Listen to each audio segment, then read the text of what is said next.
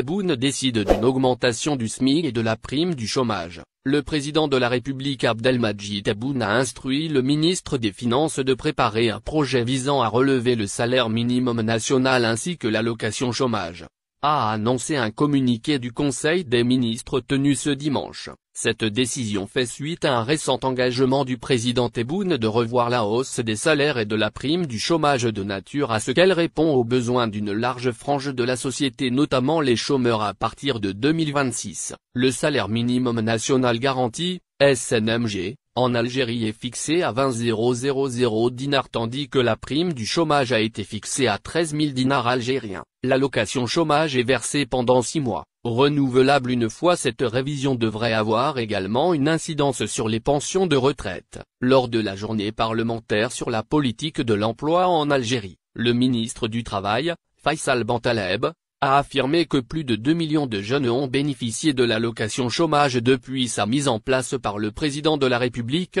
Abdelmadjid Tebboune. En effet, le ministre a mis en évidence le fait que les instructions du président de la République ont été prises à la lettre, ce qui a permis d'enregistrer des résultats et des chiffres encourageants quant aux bénéficiaires de l'allocation chômage. Le ministre a assuré que plus de 2 354 millions de jeunes ont bénéficié de l'allocation chômage depuis sa mise en place par Abdelmadjid Tebboune jusqu'au mois d'avril dernier. De plus, il a souligné que 435 475 bénéficiaires ont été orientés vers des offres d'emploi entre octobre 2022 et février 2024.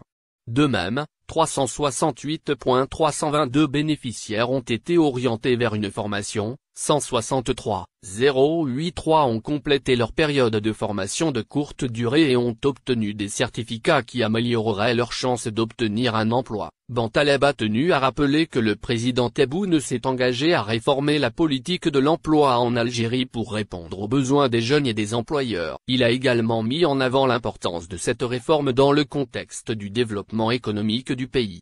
Grâce à cette approche novatrice, le ministre a affirmé que le taux de chômage des jeunes a connu une diminution notable. Ces efforts sont essentiels pour répondre aux défis économiques actuels.